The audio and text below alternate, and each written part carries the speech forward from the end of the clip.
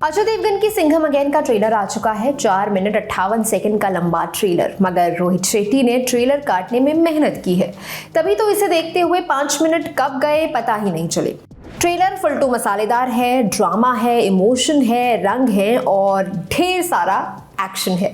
गाड़ियां उड़ रही हैं, हवाई जहाज हैं और हेलीकॉप्टर से तड़ातड़ गोलियां निकल रही हैं। कुल मिलाकर एक मासी फिल्म के लिए जैसा मसालेदार ट्रेलर होना चाहिए वो सारे गुण सिंघम अगेन के ट्रेलर में हैं, मगर बहुत सारी छोटी छोटी डिटेल्स हैं जिन्हें बड़ी सफाई से काटा गया है। सिंघम अगेन की कहानी बहुत सिंपल है। ये पूरी रामायण पर बेस्ड है। जैसे भगवान राम सीता को बचाने के लिए रावण की लंका में घुसते हैं, रावण को हराकर दम लेते हैं, कुछ वैसा ही इस फिल्म में भी दिखाया जाएगा।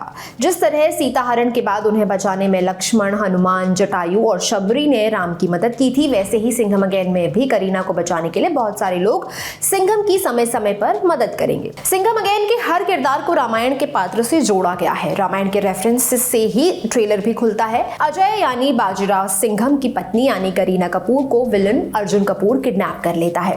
अब पूरी कहानी है करीना को बचाने की, जिसके लिए सिंघम कुछ भी करता है, दूसरे देश में भी घुस जाता है। उसके इस मिशन में उसके साथ कई लोग हैं जो साथ मिलकर करीना को विलन के चंगुल से बचाने में जुटे हुए हैं।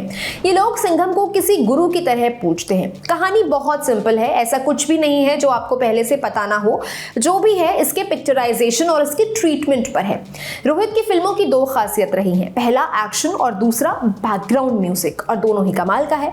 ट्रेलर के शुरू होते ही माहौल सेट हो जाता है। गाड़ियों से अलग अलग तरह के एक्शन करवाए गए हैं। हवा में इस बार गाड़ियां और गोलियां दोनों उड़ रही हैं। बाजीराव सिंघम इस बार सिर्फ अपनी सर्विस गन नहीं बल्कि केजीएफ वाली मशीन गन भी चला रहे हैं।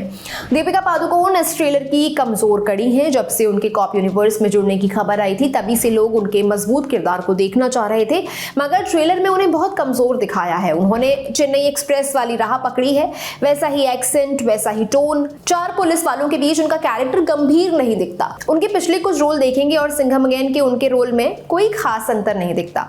टाइगर श्रॉफ कॉप यूनिवर्स में नई एंट्री है जो बाजीराव सिंघम को पूजता है और उसकी राह पर चलना चाहता है। अब टाइगर एक्शन में माहिर है, फाइट वाइट अच्छी कर लेते हैं तो उनकी कास्टिंग ठीक सी लगती है। हालांकि उनका रोल भी ज्यादा रिवील नहीं होता।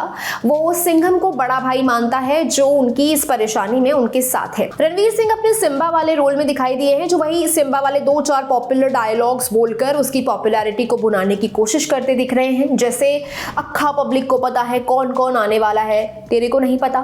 फिर अक्षय कुमार से उनकी नोकझोंक वाला सीन। हाँ, अक्षय कुमार का भी एक्सटेंडेड कैमियो है, वो हेलीकॉप्टर से उड़ते हुए एंट्री लेंगे।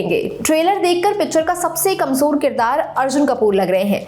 अजय, अक्षय, रणवीर, दीपिका और टाइगर के सामने बतौर विलन अर्जुन बहुत कमजोर लग रहे हैं। इस फिल्म में उन्हें खूंखार, मारधाड़ और चीर के रख देने वाला विलन बनाने की कोशिश की गई है, मगर ट्रेलर देखकर अर्जुन बिल्कुल भी विलन वाले खांचे में फिट नहीं बैठ रहे हैं। ट्रेलर में बहुत थोड़ी देर के लिए कुछ कमाल के एक्टर्स और नजर आए हैं, जैसे रवि किशन, दयानंद शेट्टी और श्वेता तिवारी। दोनों ने ही फिल्म में जरूरी किरदार निभाया है। दयानंद शेट्टी के साथ दया दरवाजा तोड़ दो वाली लाइन बोलकर रोहित ने ह्यूमर भी जोड़ने की कोशिश की है। खैर, रोहित शेट्टी समय के साथ चलना जानते हैं। वो ये जानते हैं कि इस वक्त मास एंटरटेनमेंट का जमाना है। जनता को थिएटर में खींचने के लिए उन्हें अच्छा सिनेमैटिक एक्सपीरियंस देना पड़ेगा, जो सिंघम अगेन का ट्रेलर देखकर मिलता भी है। पिछले साल आई एनिमल या इस साल आई किल के बाद जनता मार धाड़ और गंदे वाले खून खराबे को देखना चाहती है, जो इसमें भी दिखाई दे रहा है। इतने सारे स्टार्स को एक साथ एक स्क्रीन पर लाकर भी रोहित आधी बाजी जीत चुके हैं। जनता ए लिस्टेड एक्टर को एक साथ देखकर लहालोट हो चुकी है। बहुत सारी जनता ये शिकायत कर रही है कि इतना लंबा ट्रेलर क्यों काटा गया। शायद इसीलिए क्योंकि वो जनता को पूरे जी जान से थिएटर में खींचना चाहते हैं। सिंघम अगेन के सामने जो सबसे बड़ी दिक्कत थी वो कार्तिक आर्यन की भूल भुलैया 3। इसे भी दिवाली 1 नवंबर को रिलीज किया जाना है। हालांकि जिस तरह का रिस्पॉन्स अब सिंघम अगेन को मिल रहा है, भूल भुलैया 3 के मेकर्स का डाउट में आना तय है। अगर दोनों फिल्में साथ में रिलीज हुई तो किसी एक को तगड़ा नुकसान होगा।